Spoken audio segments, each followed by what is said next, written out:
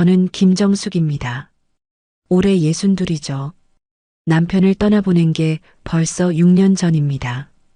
처음엔 정신없이 바쁘게 살았어요. 약국 정리하고 장례 뒷정리하고 아이들 챙기느라 슬퍼할 틈도 없었죠. 그런데 시간이 지나니까 문득문득 빈자리가 보이더군요. 아침에 눈 뜨면 옆자리가 비어 있고 저녁 차려놓아도 혼자 먹고 텔레비전 보다가 웃을 일이 있어도 나눌 사람이 없습니다. 아이들은 각자 가정이 있으니 자주 올 수도 없고요. 그렇게 혼자 사는 게 익숙해질 때쯤 외로움이 진짜 무섭다는 걸 알았습니다. 밤에 잠이 안 와요. 천장만 멍하니 쳐다보고 있으면 가슴 한쪽이 텅 빈 것 같습니다. 누군가 옆에 있었으면 좋겠다는 생각이 자꾸만 들더군요. 그러던 어느 날 교회 봉사 모임에서 한 남성을 만났습니다. 박철민이라는 분이었죠. 첫인상은 굉장히 좋았어요. 키가 크고 자세가 반듯했습니다. 말투도 차분하고 교양 있어 보였죠. 봉사활동 중에 제가 무거운 물건을 나르는 걸 보더니 슬쩍 다가와서 도와주더군요. 제가 들어드릴게요. 여자분이 이런 걸 들면 어떻게 합니까? 그 목소리가 참 따뜻했어요. 오랜만에 들어보는 남자의 배려 섞인 말투였습니다.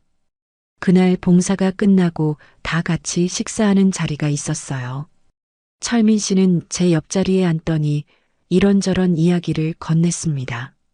정숙 씨는 약사셨다고요? 대단하시네요. 아이고, 이제 은퇴한 지 오래됐어요. 그래도 평생 남 돕는 일 하셨잖아요. 존경스럽습니다. 칭찬이 과하지 않고 딱 적당했어요. 게다가 눈빛이 진지했습니다. 저를 진심으로 대하는 것 같았죠. 그 뒤로 자연스럽게 연락이 이어졌습니다. 처음엔 봉사 관련 이야기였어요. 다음 봉사 일정이 언제냐, 준비물은 뭐가 필요하냐, 그런 거요. 그러다가 점점 사적인 대화가 늘어났습니다. 철민 씨도 혼자 산다고 했어요. 부인을 몇 년 전에 병으로 잃었다더군요. 자식들은 다 외국에 나가 있고 본인도 외롭게 지낸다고 했습니다. 정숙 씨도 혼자 사시죠? 힘드시겠어요. 이제 익숙해졌어요. 익숙해진다고 외롭지 않은 건 아니잖아요. 그 말에 가슴이 뜨끔했습니다. 맞아요. 익숙해졌다고 외롭지 않은 건 아니죠. 오히려 익숙해질수록 더 외로운 것 같았어요. 어느 날 철민 씨가 문자를 보냈습니다. 정숙 씨, 시간 되시면 커피 한 잔 어떠세요? 가슴이 두근거렸어요. 이 나이에 이런 설렘이 다시 올 줄은 몰랐습니다. 거울 앞에 서서 옷도 여러 번 갈아입고 화장도 신경 써서 했죠. 카페에서 만난 철민 씨는 정말 신사 같았어요. 제 의자를 빼주고 음료 주문도 챙겨주고 이야기하는 내내 제 눈을 바라보며 귀 기울여 들어주더군요. 정숙 씨 같은 분을 이제야 만난 게 제 평생의 아쉬움입니다. 그 말을 들었을 때 얼굴이 화끈 달아올랐어요. 부끄러웠지만 동시에 기뻤습니다. 누군가 저를 이렇게 소중하게 봐주는 사람이 있다는 게요. 집에 돌아와서도 계속 그 말이 맴돌았습니다. 혹시 너무 설레는 거 아닌가, 나이도 있는데 이러는 게 우스운 건 아닌가 싶었지만 멈출 수가 없더군요. 그렇게 저는 철민 씨와 만남을 이어갔습니다. 일주일에 한두 번씩 만났고 매번 만날 때마다 그는 저를 특별하게 대해줬어요. 외로움 속에서 만난 따뜻한 사람. 저는 그때 정말로 믿었습니다. 이 사람이라면 남은 인생을 함께 할 수 있을 거라고요. 철민 씨와 만남이 깊어질수록 그는 자신의 과거 이야기를 조금씩 꺼내기 시작했습니다. 저는 예전에 무역업을 했어요. 중국하고 동남아 쪽으로 물건 수출하는 사업이었죠. 카페에 앉아 커피를 마시며 그가 말했습니다. 한창 때는 직원만 30명도 넘게 뒀습니다. 은퇴한 지금은 연금이 넉넉하게 나와서 걱정은 없어요. 그 말을 들으니 안심이 됐습니다. 경제적으로 여유 있는 사람이구나 싶었죠. 그러던 어느 주말 철민 씨가 제안했습니다. 정숙 씨, 오늘 저녁 같이 드실래요? 제가 아는 좋은 레스토랑이 있어요. 저녁에 도착한 곳은 강남 쪽의 고급 레스토랑이었어요. 입구부터 분위기가 남달랐습니다. 여기 비싸겠는데. 속으로 걱정했지만 철민 씨는 태연했습니다. 저 박철민인데요. 예약했어요. 자리로 가는 동안 철민 씨가 속삭였습니다. 여긴 내가 단골이에요. 특별히 좋은 자리 챙겨줄 겁니다. 주문을 마친 뒤 철민 씨가 직원에게 말했습니다. 사장님 계세요? 인사 좀 드리려고요. 직원이 잠깐 당황하는 표정을 지었습니다. 아, 사장님은 지금 자리에 안 계신데요. 그래요? 아쉽네. 여기 내가 자주 오는 곳이거든. 철민 씨는 여전히 태연했습니다. 하지만 직원의 표정이 묘했어요. 어리둥절하다는 표현이 맞을까요? 마치 처음 듣는 이야기인 것처럼 보였습니다. 단골이라는데 왜 저런 표정을 지을까? 순간 의문이 들었습니다. 하지만 곧 생각을 접었어요. 괜한 생각이겠지. 직원이 새로 들어온 사람일 수도 있잖아요. 저는 스스로를 다독였습니다. 음식이 나왔고 철민 씨는 자신만만하게 이야기를 이어갔습니다. 해외 출장 다녔던 이야기, 유명한 호텔에서 묵었던 이야기들이었죠. 식사를 마치고 계산할 때 철민 씨가 금색 카드를 꺼냈습니다. 그걸 보며 저는 또 한 번 안심했죠. 집으로 돌아가는 길, 철민 씨가 말했습니다. 앞으로 자주 이런 시간 가져요. 우리 나이에 뭘 아끼고 살아요. 든든해 보였습니다. 하지만 집에 돌아와 침대에 누웠을 때 문득 아까 그 직원의 표정이 떠올랐습니다. 어리둥절했던 그 눈빛이요. 왜 그랬을까? 잠깐 생각했지만 곧 고개를 저었습니다. 별일 아니겠죠? 제가 너무 예민한 거예요. 그렇게 저는 다시 한번 의심을 묻어버렸습니다. 철민 씨와의 만남이 잦아지면서 저는 친구들에게도 이 사실을 말하게 됐습니다. 어느 날 오후 오랜 친구인 순자와 명자를 만났어요. 우리는 한 달에 한 번씩 꼭 모이는 사이였습니다. 동네 카페에 앉아 이런저런 이야기를 나누다가 저는 조심스럽게 말을 꺼냈죠. 있잖아. 나 요즘 좋은 사람 만나고 있어. 순자가 눈을 크게 떴습니다. 좋은 사람? 누구? 봉사 모임에서 만난 분인데 박철민 씨라고. 정말 괜찮은 분이야. 명자도 관심 있는 표정으로 몸을 앞으로 기울였어요. 어떤 분인데? 전에 사업하셨대. 무역업으로 크게 하셨고 지금은 은퇴해서 편하게 사시는 분이야. 나이는 66이고 이야기를 들은 순자의 표정이 조금 굳었습니다. 정수가 그 양반 잘 알아보고 만나는 거야? 응, 뭐 나쁜 사람은 아닌 것 같아. 순자가 고개를 저었습니다. 정수가 요즘 재혼 사기 정말 많다잖아. 특히 우리 같은 나이 여자들 타깃으로 하는 사람들 많아. 명자도 거들었어요. 맞아. 뉴스에서 봤는데 사업가인 척하면서 접근하는 사람들 있대. 천천히 좀 알아보고 해. 친구들의 걱정 섞인 목소리가 귀에 들어왔지만 저는 고개를 저었습니다. 아니야, 철민 씨는 그런 사람 아니야. 나한테 정말 잘해줘. 잘해주는 건 당연한 거야. 처음엔 다 그렇지. 근데 나중에 어떻게 될지 모르는 거잖아. 순자의 말이 날카로웠습니다.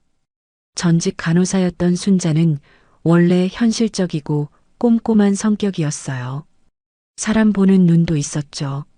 아무튼 조심해. 재산 얘기 나오거든 절대 섣불리 응하지 말고. 알았어, 알았어. 걱정 마. 저는 웃으며 넘겼습니다. 친구들이 걱정해주는 건 고마웠지만 철민 씨는 정말 다르다고 생각했거든요. 그로부터 며칠 뒤 저는 철민 씨를 친구들에게 소개시켜 주기로 했습니다. 직접 만나보면 친구들도 안심할 거라 생각했어요. 약속 장소에 나온 철민 씨는 단정한 옷차림이었습니다. 회색 재킷에 깔끔한 셔츠를 입고 왔죠. 안녕하세요. 박철민입니다. 철민 씨가 공손하게 인사했습니다. 순자와 명자도 어색하게 인사를 받았어요. 자리에 앉아서 이런저런 이야기를 나눴습니다. 철민 씨는 자신의 과거 경력을 설명했어요. 무역업을 했던 이야기, 직원들을 관리했던 이야기, 해외 바이어들과 거래했던 이야기들이었죠. 순자가 조심스럽게 물었습니다. 지금은 어떤 일 하세요? 은퇴했습니다. 나이가 있으니까 이제는 쉬면서 살아요. 그럼 경제적으로는 괜찮으신 거예요? 직설적인 질문이었습니다. 순자답다고 생각했어요. 철민 씨는 당황하지 않고 대답했습니다. 연금이 나오니까 생활하는 데는 문제 없습니다. 걱정 안 하셔도 돼요. 그러면서 주머니에서 명함을 꺼냈습니다. 제 명함입니다. 필요하시면 가지세요. 순자가 명함을 받아들었어요. 그리고 명함을 자세히 들여다보더니 눈을 크게 떴습니다. 이 회사가 순자의 표정이 굳었습니다. 명함을 계속 쳐다보더니 저를 바라봤어요. 정수가 잠깐 화장실 좀 같이 갈래? 응, 그래. 화장실로 가는 길 순자가 작은 목소리로 말했습니다. 정수가 이 회사 이상해. 뭐가? 이 회사 내가 알기론 10년 전에 문 닫은 곳이야. 내 남편이 여기랑 거래했었거든. 분명히 오래전에 폐업했어. 가슴이 철렁했습니다. 정말? 응, 확실해. 이 회사 이름 기억해. 남편이 그때 돈 못 받아서 난리였거든. 그럼 왜 철민 씨가? 모르지. 근데 뭔가 수상해. 조심해야 돼. 화장실에서 나와 다시 자리로 돌아왔을 때 저는 철민 씨를 다른 눈으로 보게 됐습니다. 식사가 끝나고 헤어지려는 순간 순자가 조심스럽게 물었습니다. 근데 이 명함 언제 만드신 거예요? 철민 씨가 잠깐 머뭇거렸습니다. 아주 짧은 순간이었지만 저는 그걸 놓치지 않았어요. 아, 이거요? 좀 오래됐어요. 명함 새로 안 만든 거예요. 그럼 이 회사는 지금도 운영되는 거예요? 아니요, 지금은 폐업했죠. 그래서 은퇴했다고 말씀드린 거고요. 태연한 대답이었습니다. 너무 태연해서 오히려 이상했어요. 순자가 더 이상 묻지 않았지만 표정이 굳어 있었습니다. 명자도 마찬가지였죠. 철민 씨와 헤어진 뒤 친구들은 저를 붙잡았습니다. 정수가 저 사람 뭔가 이상해. 명함도 이상하고 대답하는 것도 석연치 않아. 천천히 생각해봐. 서두르지 말고. 친구들의 목소리가 진지했습니다. 걱정이 가득했죠. 하지만 저는 고개를 저었습니다. 아니야, 명함 안 만든 거면 그럴 수도 있잖아. 너희가 너무 예민한 거 아니야? 정수가 우리가 왜 이러겠어. 걱정돼서 그래. 알아, 고마워. 근데 괜찮아. 내가 알아서 할게. 그날 밤 집에 돌아와서도 친구들의 말이 계속 맴돌았습니다. 정말 이상한 걸까? 하지만 곧 고개를 저었어요. 철민 씨는 저한테 잘해줬습니다. 외로웠던 저한테 따뜻하게 대해줬죠. 그걸로 충분하지 않나요? 친구들이 너무 걱정이 많은 거야. 저는 스스로를 설득했습니다. 혼자 사는 게 외로웠어요. 누군가 옆에 있다는 게 좋았습니다.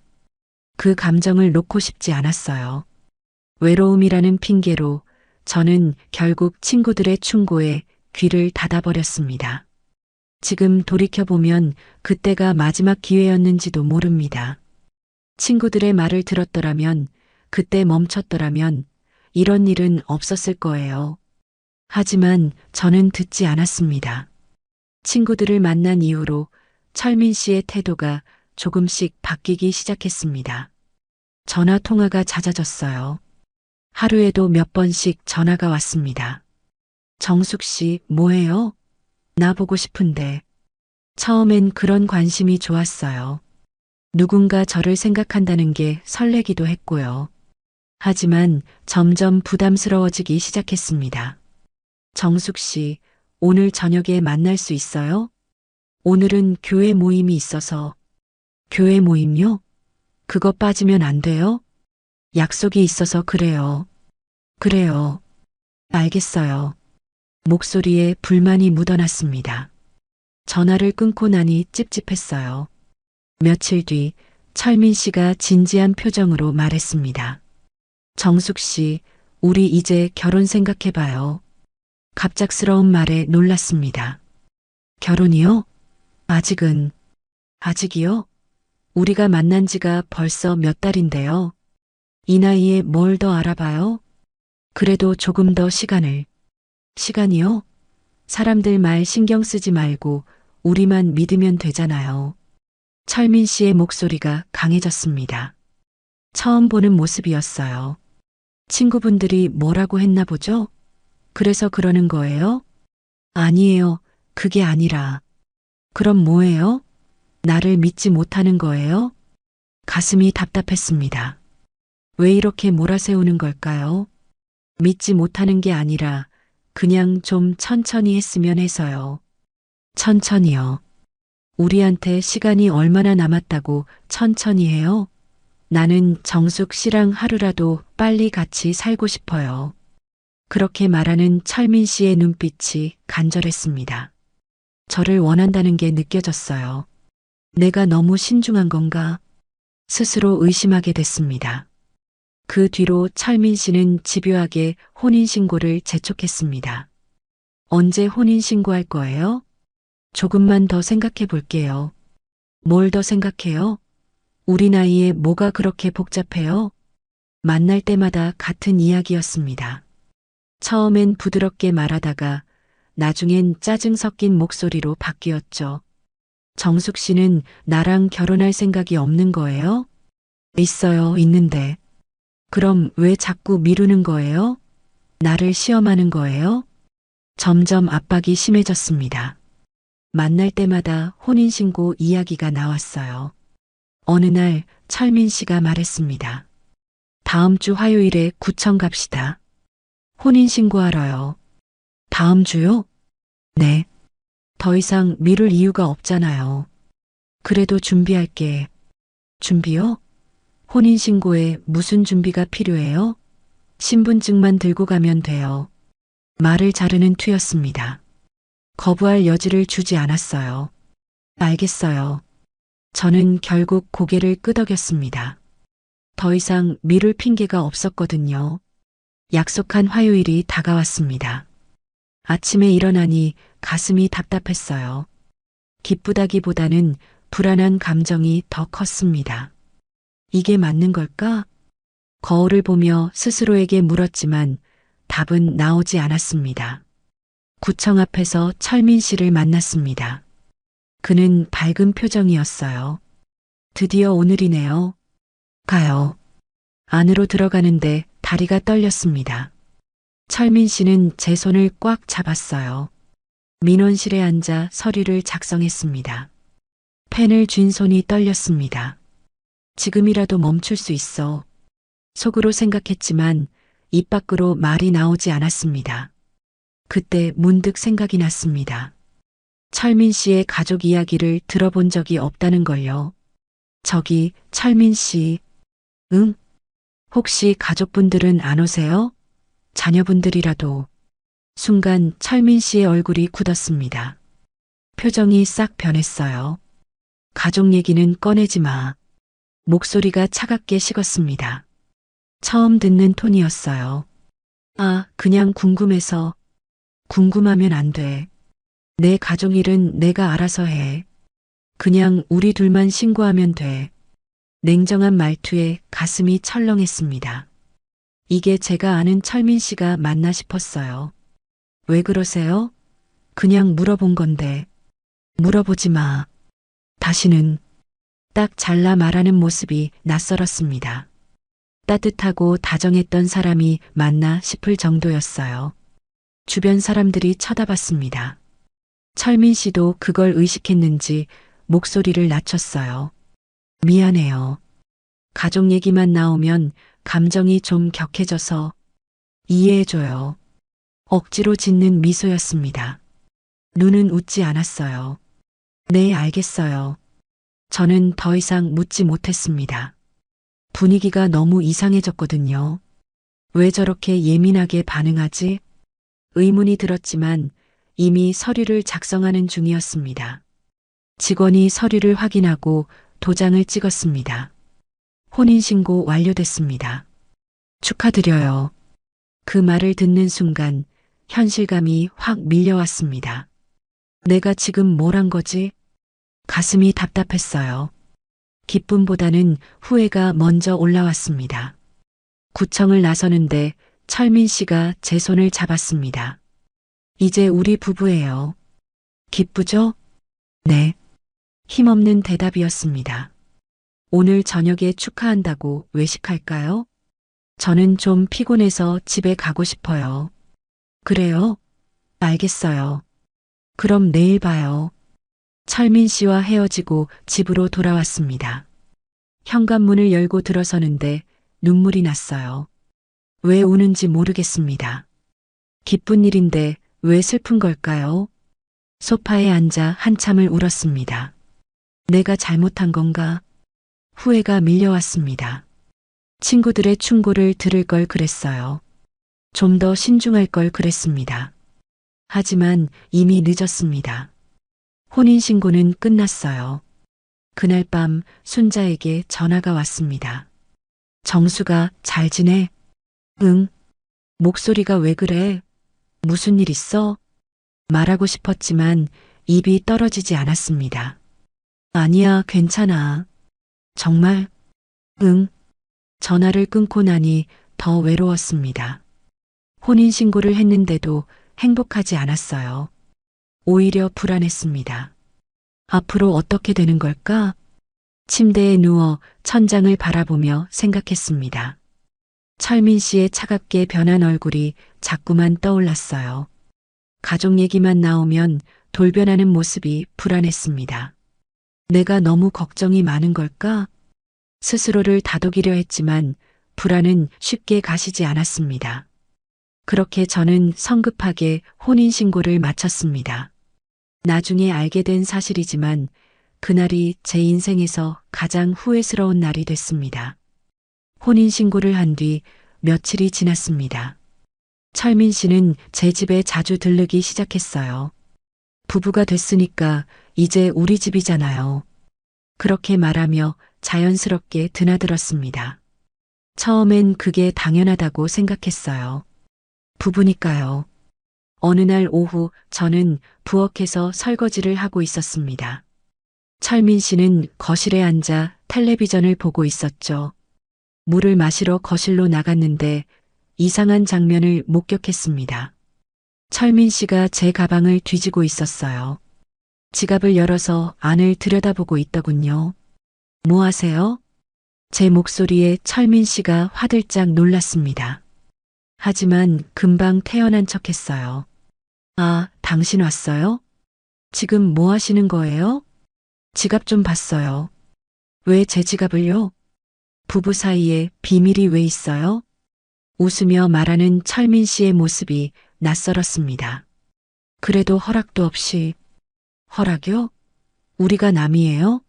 부부잖아요. 당당한 태도였습니다. 마치 잘못한 게 없다는 듯이요. 가슴이 불편했습니다. 뭔가 잘못됐다는 느낌이 들었어요. 앞으론 그러지 말아주세요.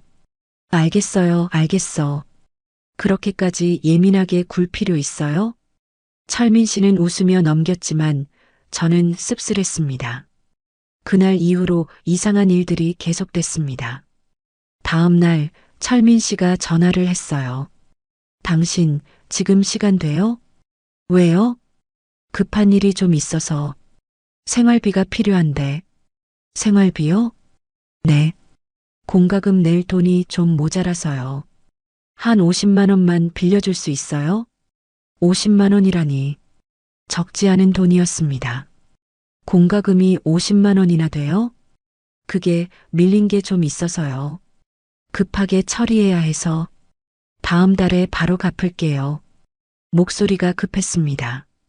거절하기 어려운 분위기였어요. 알겠어요. 계좌 알려주세요. 고마워요. 당신이 최고예요. 돈을 보내고 나니 찝찝했습니다. 하지만 부부니까 이런 거 도와줄 수 있다고 생각했어요. 일주일 뒤 또 전화가 왔습니다. 당신 미안한데 또 좀 부탁할 게 있어요. 뭔데요? 옛날 사업 관련해서 정리할 게 좀 있어요. 사업 자금이 필요한데 100만 원만 좀 빌려줄 수 있어요? 100만 원이라니. 이번엔 금액이 더 컸습니다. 사업 자금이요? 은퇴하셨다면서요? 정리하는 거예요. 마무리 지을 게 있어서. 곧 돈 들어오면 바로 갚을게요. 또 그 말이었습니다. 곧 갚겠다는 말이요. 언제 갚으실 건데요?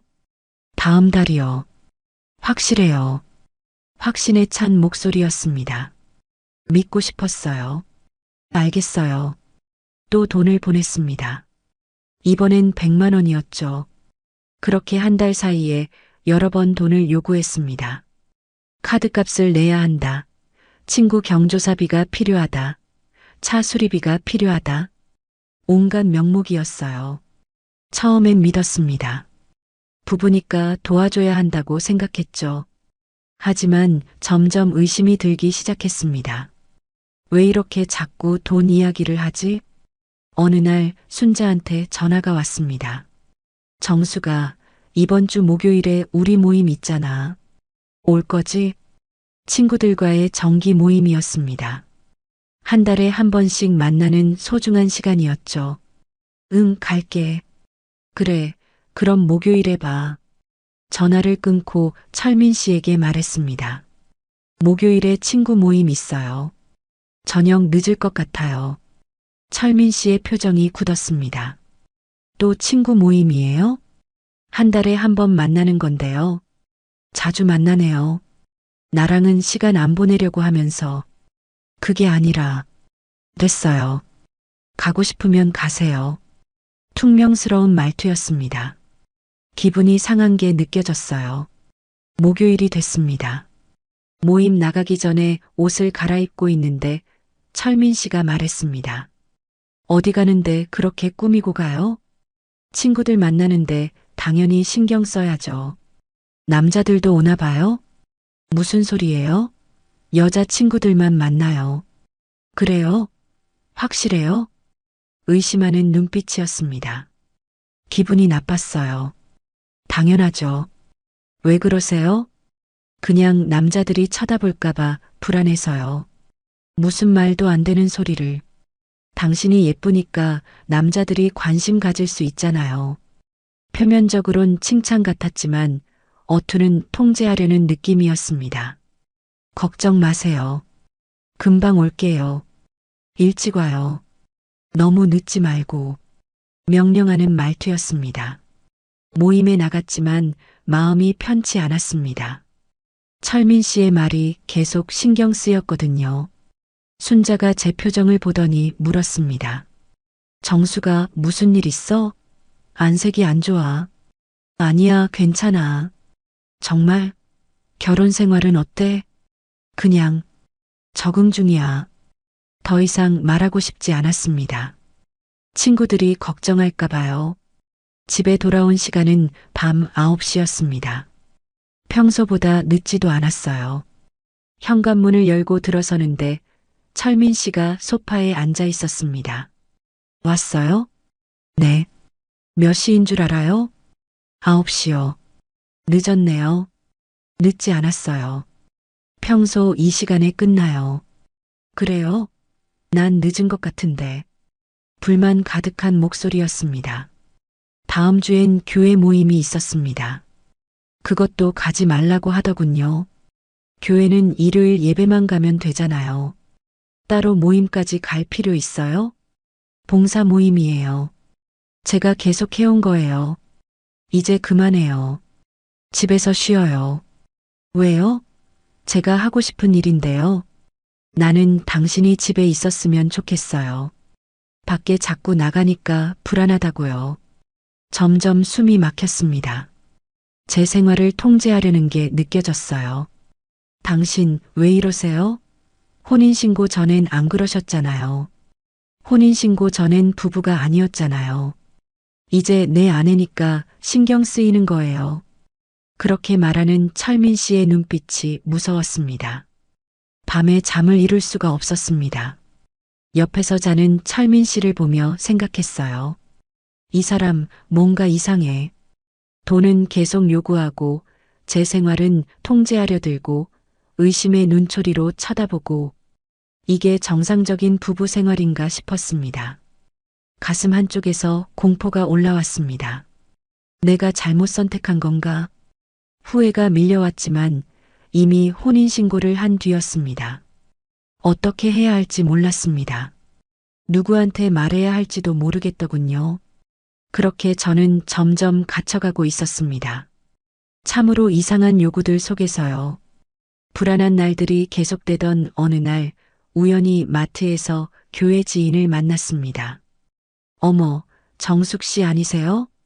돌아보니 같은 교회를 다니는 김 집사님이었어요. 아, 집사님. 안녕하세요. 오랜만이에요. 요즘 교회 모임에 안 보이시던데 어디 아프세요? 아니에요. 그냥 좀 바빠서요. 그러세요? 건강은 챙기셔야죠.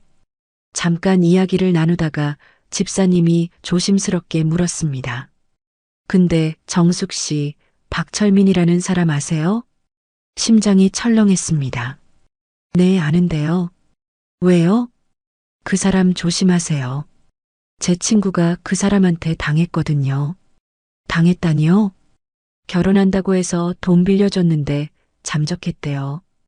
연락도 안 되고 머리가 하얘졌습니다. 정말요? 네. 그 사람 예전에 사업 망하고 도망쳤다더라고요. 여기저기서 돈 빌리고 다닌다는 소문도 있고요. 가슴이 두근거렸습니다. 불안이 확신으로 바뀌는 순간이었어요. 혹시 그 사람이랑 아는 사이예요? 아, 아니에요. 그냥 들어본 이름이라서요. 그래요? 아무튼 조심하세요. 요즘 그런 사람들 많다던데. 집사님과 헤어진 뒤 저는 다리에 힘이 풀렸습니다. 설마 그럴 리가. 집으로 돌아오자마자 컴퓨터를 켰습니다. 손이 떨렸어요. 검색창에 박철민이라는 이름을 쳤습니다. 무역업, 사기, 재혼 같은 단어를 함께 넣어서요. 검색 결과가 떴습니다. 지역 커뮤니티 게시판에 올라온 글이었어요. 박철민이라는 사람 조심하세요. 사업가인 척하며 재혼 빙자 사기 쳤습니다. 숨이 막혔습니다. 글을 클릭해서 읽었습니다.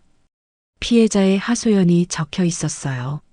저는 60대 여성입니다. 봉사 모임에서 박철민이라는 남성을 만났습니다. 처음엔 정말 좋은 사람인 줄 알았어요.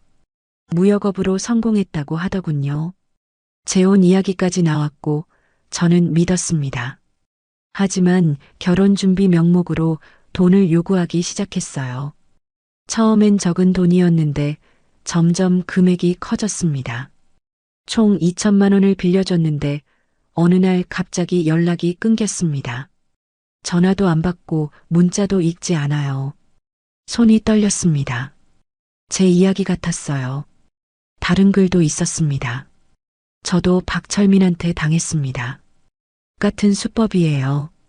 사업가라고 속이고 연금 받는다고 거짓말하고 혼인신고 재촉하더니 돈 뜯어가고 사라졌어요. 댓글도 여러 개 달려 있었습니다. 저도 비슷한 경험 있어요. 그 사람 전과도 있대요. 경찰에 신고했는데 상습범이래요. 여러 명 피해자가 있다고 들었어요. 눈앞이 캄캄했습니다. 급하게 순자에게 전화를 걸었습니다. 순자야? 정수가. 왜? 목소리가 왜 그래? 나 지금 당장 만날 수 있어? 응, 어디서 볼까? 우리 집으로 와줘. 제발. 알았어. 지금 갈게. 순자가 도착할 때까지 저는 계속 인터넷을 뒤졌습니다. 더 많은 정보를 찾았어요. 박철민, 66세, 상습 혼인빙자 사기범, 전과 세범, 모든 게 거짓이었습니다. 사업도, 연금도, 따뜻한 마음도, 현관벨이 울렸습니다. 순자였어요. 문을 열자마자 순자가 제 얼굴을 보더니 놀랐습니다. 정수가 왜 이래? 얼굴이 왜 그래? 순자야. 그 순간 눈물이 터져 나왔습니다. 철민 씨가 사기꾼이었어. 뭐? 다 거짓말이었어. 사업도, 돈도 다 거짓말이었어. 순자가 저를 꼭 안아줬습니다. 천천히 말해봐. 무슨 일이야? 저는 순자에게 모든 걸 이야기했습니다. 마트에서 들은 이야기, 인터넷에서 찾은 글들, 전과 기록까지. 순자의 얼굴이 굳었습니다. 그 자식이 내가 바보였어. 내 말을 들을 걸 그랬어. 아니야, 내 잘못이 아니야. 아니야, 내 잘못이야. 외로워서 판단력을 잃었어. 한 달 전의 설렘이 떠올랐습니다. 카페에서 처음 만났을 때 따뜻하게 웃어주던 모습이요. 모두 계산된 연기였던 거예요. 어떻게 해야 돼, 순자야? 일단 증거부터 모아야 해. 돈 보낸 기록 있지? 응, 있어. 좋아. 그것부터 챙기고. 그리고 변호사 상담받아야 돼.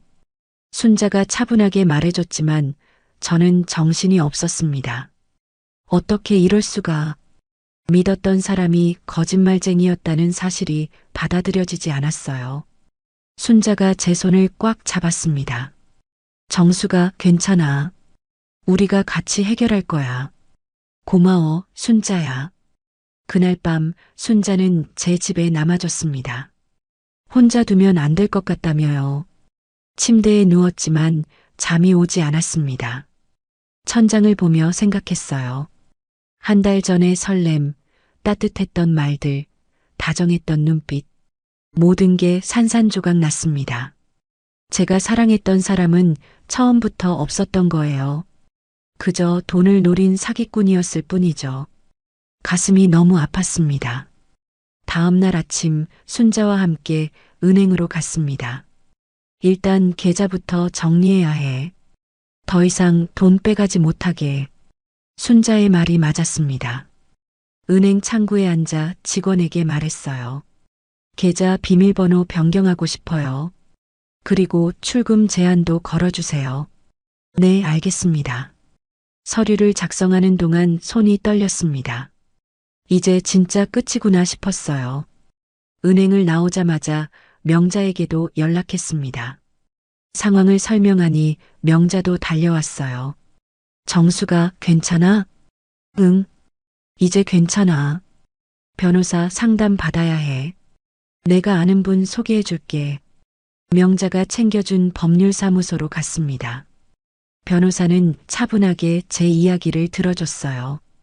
혼인 무효 소송과 사기 혐의 고소 두 가지를 동시에 진행하시는 게 좋겠습니다. 혼인 무효가 가능한가요? 네. 상대방이 사기 목적으로 결혼했다면 충분히 가능합니다. 증거가 중요한데 돈 보낸 기록 있으시죠? 네, 다 있어요.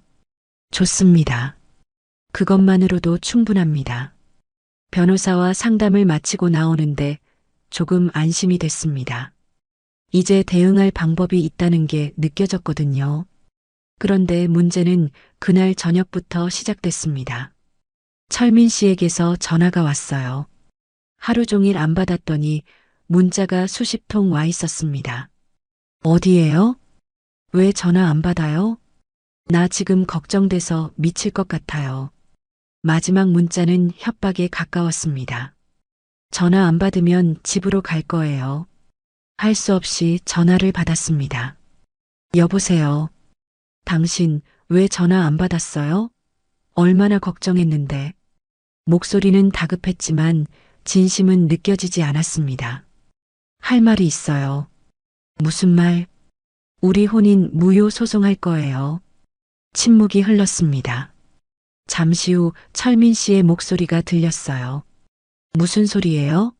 갑자기 왜 그래요? 당신이 누군지 다 알았어요. 사기꾼이라는 것도. 사기꾼이요? 누가 그런 헛소리를. 헛소리 아니에요. 증거 다 있어요. 인터넷에도 다 나와 있더라고요. 철민 씨의 목소리가 바뀌었습니다. 당신 지금 뭐 하는 거예요? 사기 혐의로 고소도 할 거예요. 변호사도 만났어요. 고소요? 당신 제정신이에요? 목소리가 높아졌습니다. 화가 난 게 느껴졌어요. 제정신이죠. 이제야 정신 차렸어요. 당신 후회할 거예요. 내가 누군지 알아요? 알죠. 사기꾼이잖아요. 전화를 끊어버렸습니다. 손이 떨렸지만 후련했어요. 1시간 뒤 초인종이 울렸습니다. 철민 씨였어요. 문 열어요, 당신. 현관문을 두드리는 소리가 컸습니다. 순자가 제 옆에 있어줘서 다행이었어요. 경찰 불러야 되는 거 아니야? 일단 이야기는 들어봐야 할 것 같아. 문을 열었습니다. 철민 씨는 숨을 헐떡이고 있었어요. 당신 정말 고소할 거예요? 네. 하지 마요. 제발. 내가 다 갚을 테니까 신고만은 하지 마요. 매달리는 목소리였습니다. 하지만 더 이상 믿을 수 없었어요. 안 돼요. 저뿐만 아니라 다른 피해자들도 있잖아요. 다른 피해자요? 그건 오해예요. 다 사정이 있었어요. 사정이요? 사기친 게 사정이에요? 철민 씨의 표정이 변했습니다. 매달리던 모습이 사라지고 차가운 눈빛으로 바뀌었어요. 당신 지금 후회할 짓 하는 거예요. 이미 후회했어요. 당신이랑 결혼한 걸요. 내 명예를 망치면 당신도 가만 안 둘 거예요. 협박이었습니다. 하지만 저는 흔들리지 않았어요. 명예요? 당신한테 명예 같은 게 있어요? 순자가 앞으로 나섰습니다. 이제 그만 가세요. 안 가시면 경찰 부를 거예요. 철민 씨가 저를 노려봤습니다. 무서운 눈빛이었지만 더 이상 겁먹지 않았어요. 좋아요. 두고 봐요. 당신도 편하게 살지 못할 거예요. 마지막으로 협박을 하고 철민 씨는 돌아갔습니다. 문을 닫자마자 다리에 힘이 풀렸습니다. 순자가 저를 부축했어요. 괜찮아? 응. 이제 괜찮아. 정말 괜찮았습니다. 무서웠지만 후회는 없었어요. 다음 날 변호사 사무소로 다시 갔습니다. 고소장을 제출하기 위해서요. 각오하셔야 해요. 소송 과정이 쉽지 않을 겁니다. 알아요. 그래도 할 거예요. 좋습니다. 제가 최선을 다하겠습니다. 고소장에 서명하는 순간 한 달 전에 제가 떠올랐습니다. 설레며 카페에서 커피를 마시던 그날. 철민 씨의 따뜻한 말에 감동하던 순간들. 모두 거짓이었지만 그래도 배운 게 있었습니다. 외로움이 판단을 흐리게 만든다는 것. 급하게 결정하면 후회한다는 것. 그리고 사람을 함부로 믿으면 안 된다는 것. 비싼 대가를 치렀지만 이제라도 알게 돼서 다행이었습니다. 사무실을 나오며 순자에게 말했습니다. 고마워, 순자야. 내가 없었으면 어떻게 했을지 몰라. 친구 좋다는 게 이럴 때 쓰라고 있는 거지. 걱정 마. 끝까지 같이 있을게. 한 달 만에 재혼을 후회했지만 저는 더 이상 흔들리지 않았습니다. 이제 제가 할 일은 끝까지 싸우는 것뿐이었습니다. 고소장을 제출한 지 일주일 뒤 경찰서에서 연락이 왔습니다. 김정숙 씨 조사받으러 나와주셔야 합니다. 경찰서에 가는 날 순자와 명자가 함께 가주었어요. 우리가 같이 있을게. 고마워. 조사실에 들어갔습니다. 형사님이 친절하게 맞아주셨어요. 앉으세요. 편하게 말씀하시면 됩니다. 처음부터 끝까지 이야기했습니다. 봉사 모임에서 만난 것부터 고급 레스토랑에 갔던 일, 명함 사건, 성급한 혼인신고, 그리고 이상한 요구들까지. 형사님은 꼼꼼히 기록하며 고개를 끄덕였습니다. 박철민, 이 사람 우리가 이미 알고 있는 인물입니다. 그래요? 네. 상습범이에요. 김 씨가 처음이 아닙니다. 가슴이 철렁했습니다. 몇 명이나 되나요? 확인된 것만 5명입니다. 아마 더 있을 거예요. 5명이나. 저만 당한 게 아니었습니다. 피해 금액은 보통 1,000만 원에서 3,000만 원 사이입니다. 김 씨는 초기에 알아챈 편이라 피해가 적은 편이고요. 그럼 다른 분들은? 네. 전 재산을 잃은 분도 계십니다. 눈물이 났습니다. 저만 아픈 게 아니었어요. 그 사람 곧 체포할 겁니다. 걱정 마세요. 며칠 뒤 박철민이 체포됐다는 연락을 받았습니다. 경찰 조사 결과 그는 상습적인 혼인빙자 사기범이었습니다. 정감한 3번. 출소 후에도 같은 짓을 반복했던 거죠. 무역업은 거짓말이었고 연금도 없었습니다. 빌린 돈으로 고급 레스토랑에 가고 금색 카드도 한도가 다 찬 카드였대요. 모든 게 거짓이었습니다. 재판이 시작됐습니다. 법정에 섰을 때 떨렸어요.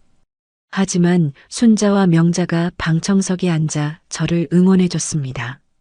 박철민은 법정에서도 발뺌했습니다. 저는 사랑해서 만난 겁니다. 사기가 아니에요.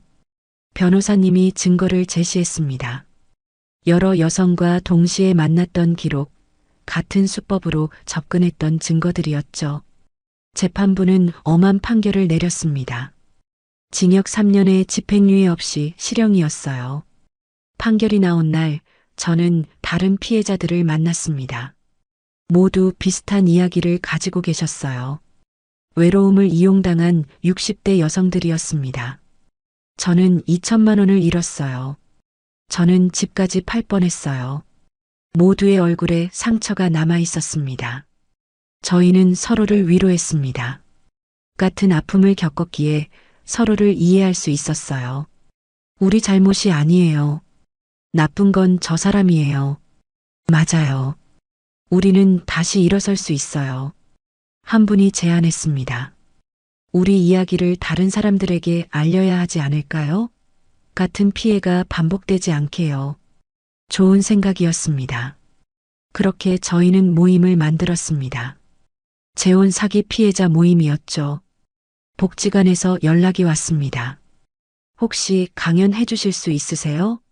황혼 재혼을 준비하는 분들에게 조심하라는 내용으로요. 처음엔 망설였습니다. 제 창피한 이야기를 공개하는 게 두려웠거든요. 하지만 순자가 등을 떠밀었습니다. 해야지. 너 같은 피해자가 더 나오면 안 되잖아. 그래, 맞아. 강연 준비를 했습니다. 제 경험을 정리하고 조심해야 할 점들을 적었어요. 강연 당일 복지관 강당은 사람들로 가득했습니다. 대부분 50대에서 70대 여성분들이었어요. 떨리는 마음으로 단상에 올랐습니다. 안녕하세요. 저는 김정숙입니다. 오늘 제 이야기를 들려드리려고 합니다. 처음부터 끝까지 솔직하게 말했습니다. 외로움 때문에 판단력을 잃었던 것, 친구들의 경고를 무시했던 것, 그리고 참으로 이상한 요구들을 견뎌야 했던 것. 재혼은 사랑만으로 되는 게 아닙니다. 반드시 신분과 재산을 확인하세요. 주변 사람들의 충고를 들으세요. 그리고 급하게 결정하지 마세요. 청중들이 고개를 끄덕였습니다. 외로움보다 무서운 건 참으로 이상한 남성의 요구였습니다. 여러분, 절대 속지 마세요. 강연이 끝나고 여러분들이 다가왔습니다. 용기 내주셔서 감사합니다. 덕분에 정신 차렸어요. 저도 비슷한 사람 만나고 있었거든요. 제 이야기가 누군가에게 도움이 된다는 게 뿌듯했습니다. 그 뒤로 여러 복지관에서 강연 요청이 들어왔어요.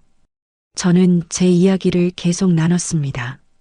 시간이 지나면서 상처도 아물기 시작했습니다. 어느 날 교회 모임에 다시 나갔습니다. 오랜만에 보는 얼굴들이 반가웠어요. 정숙 씨, 오랜만이에요. 힘든 일 겪었다면서요? 괜찮으세요? 네, 이제 괜찮아요. 정말 괜찮았습니다. 상처는 있지만 넘어졌다가 일어섰으니까요. 순자와 명자와 함께 산책을 했습니다. 정수가 많이 밝아졌다. 그치? 나도 그런 것 같아. 이제 혼자서도 잘 살 수 있겠네. 응, 혼자도 괜찮더라. 그제야 깨달았습니다. 외로움이 무서워서 누군가에게 기댔지만 정작 필요한 건 저 스스로 서는 힘이었다는 거리요. 집에 돌아와 거울을 봤습니다. 거울 속에 제가 예전보다 단단해 보였어요. 이제 괜찮아. 혼자서도 충분히 행복할 수 있어. 스스로에게 말했습니다. 밤에 침대에 누우니 평온했습니다. 예전처럼 외롭지 않았어요. 친구들이 있고 봉사활동이 있고 강연으로 누군가를 돕는 일이 있으니까요. 사랑 없이도 충분히 의미 있는 삶이었습니다. 한 달의 실수가 저를 더 강하게 만들었습니다. 이제 저는 알아요. 홀로 서기의 힘을요. 그리고 그 힘은 누구에게 기대는 게 아니라 제 안에서 나온다는 것을요. 새로운 아침이 밝았습니다. 오늘도 복지관 강연이 있습니다. 또 다른 누군가에게 제 이야기를 들려줄 겁니다. 외로움보다 무서운 건 참으로 이상한 남성의 요구였다고. 그리고 그것보다 더 중요한 건 스스로 설 수 있는 힘이라고요.